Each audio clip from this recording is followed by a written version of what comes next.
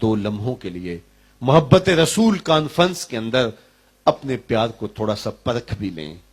کیا ہمارا پیار صرف دعوے کی حد تک ہے یا ہمارا دعویٰ کوئی دلیل بھی فراہم کر رہا ہے؟ کیا ہماری محبت صرف جذبات کی حد تک ہے، نعروں کی حد تک ہے، ہماری محبت زبان کے اقرار کی حد تک ہے، یا یہ ہے کہ ہمارے دعوے کی کوئی دلیل بھی ہمارے پاس موجود ہے؟ بندہ جس سے محبت کرتا ہے اس کی اطاعت کرتا ہے، اس کا حکم مانتا ہے. ایسا کبھی نہیں ہوا کہ بندہ جس کا محب ہو اس کی بات نہ مانے، اس کے حکم کا پیرو نہ ہو، اس کے حکم کی تعمیل نہ کرنے والا ہو. بلکہ محبت کا تقاضا تو یہ ہے کہ محبوب حکم نہ بھی دے، محب اس کی منشا کو سمجھے کہ محبوب کی چاہت کیا ہے. اور صحابہ کی زندگیاں دیکھ لیجئے، انہوں نے حضور کی منشا کو سمجھا. حضور ایک دن مسجد نبوی سے باہر نکلے، مدینہ المنورہ کی گلیوں سے گزرتے ہوئے ایک گلی سے گزرے تو ایک ایسا مکان بن رہا تھا جو حضور کو پسند نہیں. کچھ طرزیں ہیں گھروں کی کہ جن میں تفاخر ٹپکتا ہو تو وہ حضور پسند نہیں کرتے تھے، تو وہ ایسا مکان بن رہا تھا. تو حضور نے پوچھا اپنے ساتھ جو غلام اور جو صحابی تھے کہ یہ کس کا ہے؟ انہوں نے کہا فلاں انصاری صحابی کا ہے. حضور نے کچھ نہیں کہا، بس گزر گئے. کسی نے اس انصاری صحابی کو بتایا کہ حضور تیری گلی سے گزرے تھے، تیرے مکان کو دیکھا، لیکن چہرے کے آثار بتا رہے تھے حضور کو شاید اچھا نہیں لگا. اس نے کہا اچھا کہا؟ ہاں. اس نے کدال لیا اور مکان کو گرا کے زمین کے برابر کر دیا. 2-4 دن کے بعد دوبارہ حضور کا گزر ہوا، دیکھا ملبے کا ڈھیر پڑا ہوا ہے. فرمایا بلاؤ. اسے بلایا گیا. کہا میں گزرا تھا، تیرا مکان دیکھا تھا، آج ملبے کا ڈھیر ہے، کیا ہوا؟ کہا حضور میں نے گرا دیا. فرمایا کیوں؟ عرض کی سنا تھا آپ کو پسند نہیں، سنا تھا آپ کو پسند نہیں. میں اور آپ سر سے لے کر پاؤں تک دیکھیں، شادی بیاہ سے لے کر کے آخری لمحات زندگی تک دیکھیں، اپنے کاروبار سے لے کے امور سیاست تک دیکھیں، ہمارا کیا کیا حضور کو پسند نہیں. ہمارا طرز زندگی، ہماری شادیاں، ہمارے بیاہ، ہمارے عقیقے، ہمارے ولیمے، ہمارے کاروبار، ہماری گفتگو، ہماری زبان، ہمارے لہجے، ہمارا لباس، ہماری وضاحت، ہمارا انداز معاشرت، طرز حیات، دیکھیں کیا کیا حضور کو پسند نہیں. محمد دی زیارت محمد دے رنگ وچ اے ٹھگ بازیاں جانے پیارا محمد صلی اللہ علیہ وسلم. اگر ان کے ہوئے ہیں، میرے استاد فرمایا کرتے تھے اللہ ان کی قبر پہ کروڑوں رحمتوں کا نزول کرے. یہ نہ ہو کہ لوگ تمہیں پوچھیں تم کون ہوتے ہو اور تمہیں بتانا پڑے ہم مسلمان ہوتے ہیں. یہ دیکھو مذہب کے خانے میں اسلام لکھا ہے. آپ فرمایا کرتے تھے صاحب کسی کو پوچھنا بھی نہ پڑے، تجھے بتانا بھی نہ پڑے. تیری وضاحت، تیرا طرز زندگی، تیرا انداز معاشرت ایسا ہونا چاہیے تو دور سے چلا آ رہا ہو، لوگ کہیں وہ دیکھو محمد عربی کا غلام آ رہا. تیری صورت بتائے کہ تو حضور کا نوکر ہے، تو بولے تو پتہ چلے تو حضور کا غلام ہے، تو کسی سے کاروبار کرے تو پتہ چلے حضور کا غلام ہے، تو وعدہ کر لے تو لوگوں کو پتہ چلے یہ وعدے سے منحرف نہیں ہو سکتا، یہ عاشق رسول کہلاتا ہے. میں اپنے عمل سے، اپنے رویے سے، اپنے طرز زندگی سے بتاؤں کہ میں حضور کا عاشق ہوں. میں زبان سے قرار نہ بھی کروں، ان کو زبان سے قرار کی ضرورت نہیں ہے. میرا رویہ بتائے کہ میں عاشق رسول ہوں. میرے آقا تو کسی سے یہ عہد کرتے ہیں کہ تمہارے آنے تک میں یہاں کھڑا ہوں.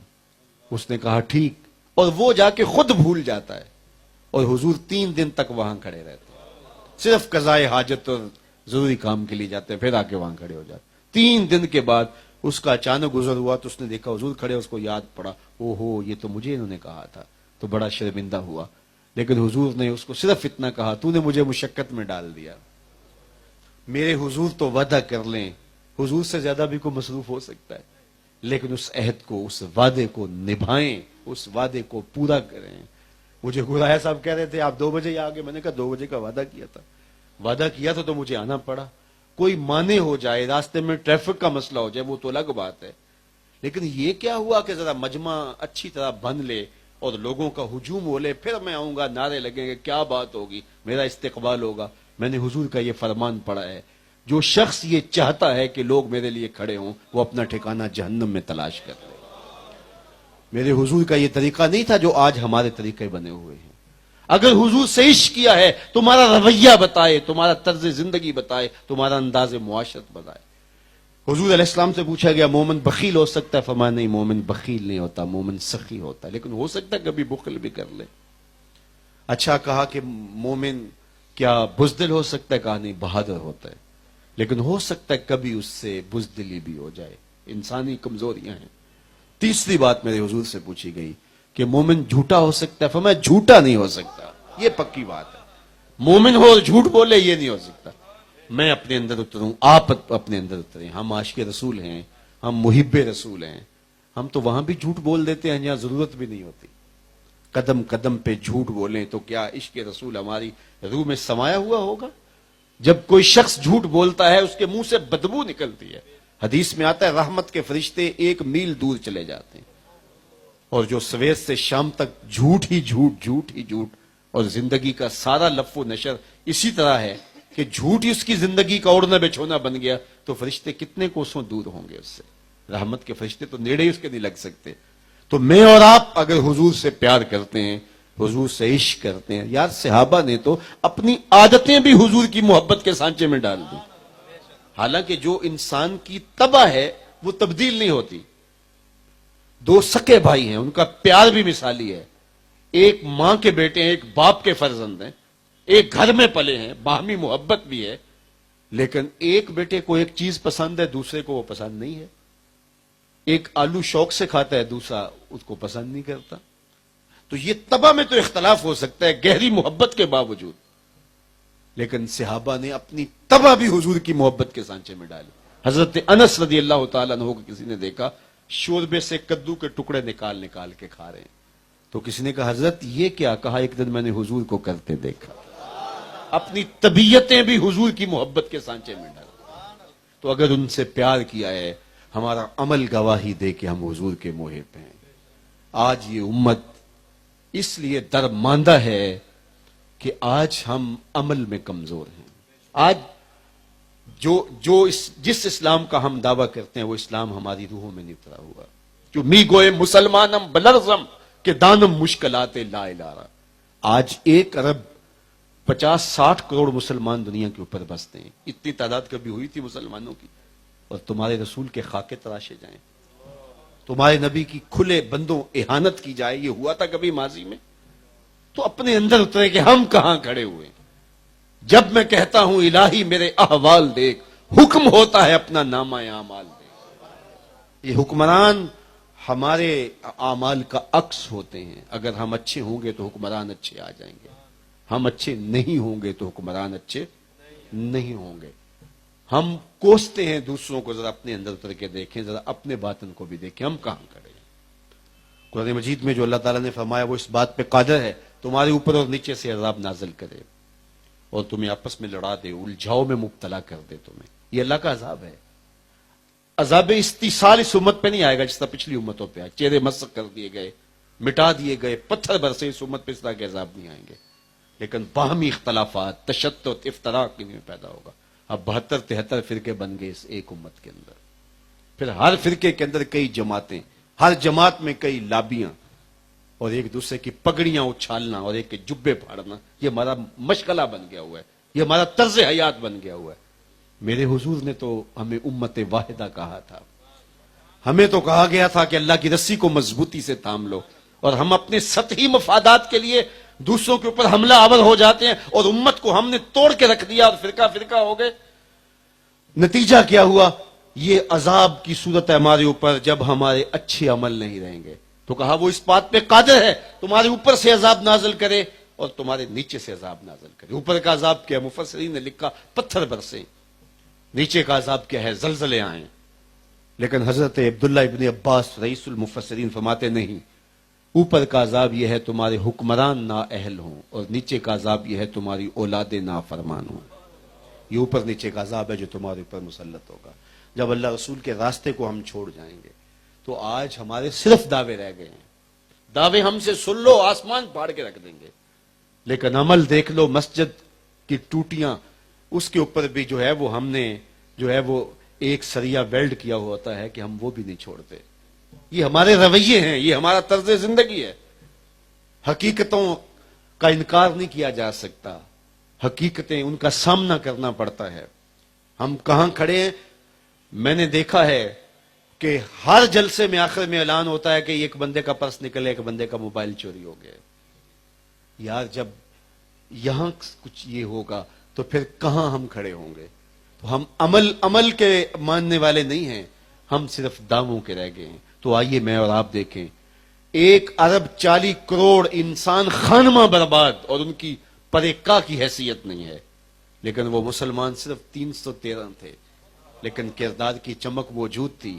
جب وہب بن عمیر نے آ کے رپورٹ دی ابو جہل کو، تو اس نے کہا کہ پھر تو صبح لڑائی کی نوبت ہی نہیں آئے گی، اگر اتنے تھوڑے ہیں ان کے پاس سامان حرب و ضرب بھی نہیں ہے تو رسیاں اکٹھی کرو، ان کو پکڑیں گے جکڑیں گے اور جا کے اونٹوں سے باندھ کر کے لے جائیں گے اور حرم کے آس پاس ان کو باندھ دیں گے، لوگوں کو تماشا دکھایا کریں گے۔ یہ نیا دین لے کر آئے تھے۔ لیکن وہب نے ایک تاریخی جملہ کہا تھا، اس نے کہا تھا تم کہتے ہو رسیاں اکٹھی کرو، میں انہیں دیکھ کے آیا ہوں، ان کے جذبے بھی دیکھ آیا ہوں۔ کہا کہ اگر میری بات مانتے ہو تو رات کی تاریکی میں بھاگ جاؤ، ان سے لڑنا تمہارے بس کا روگ نہیں جو مرنے کے لیے آئے ہیں۔ اور اس نے کہا کہ یثرب کی اونٹنیاں اپنی پشت پہ نری موتیں اٹھا لائی ہیں، اور کہا کہ میں تمہیں مشورہ دیتا ہوں کہ رات کی تاریکی میں بھاگ سکتے ہو تو بھاگ جاؤ۔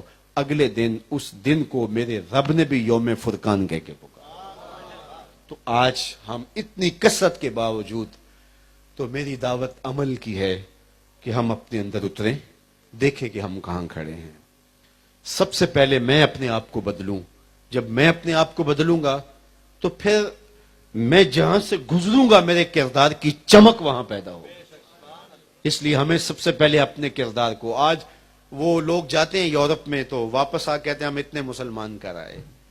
میاں ذرا اپنے اندر بھی اترو کہ اپنا من بھی مسلمان ہوا ہے کہ نہیں ہوا، اپنا اندر بھی مسلمان ہوا ہے کہ نہیں ہوا، اپنی روح کو بھی دیکھو، اپنے اندر بھی اتر کر کے دیکھو کہ ہم کہاں کھڑے ہیں۔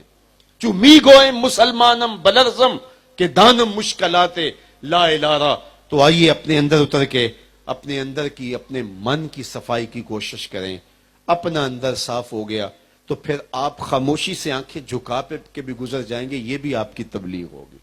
ورنہ آپ جو مرضی کریں، وہ لفظ ہیں ہواؤں میں بکھر جائیں گے لیکن روح تک نہیں اتریں گے۔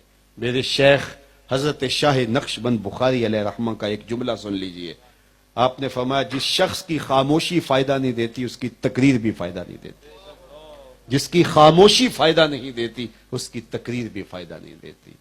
ہمارے بزرگوں نے کب اتنی تقریریں کی ہیں؟ جہاں سے گزرتے گئے نور پھیلتا گیا۔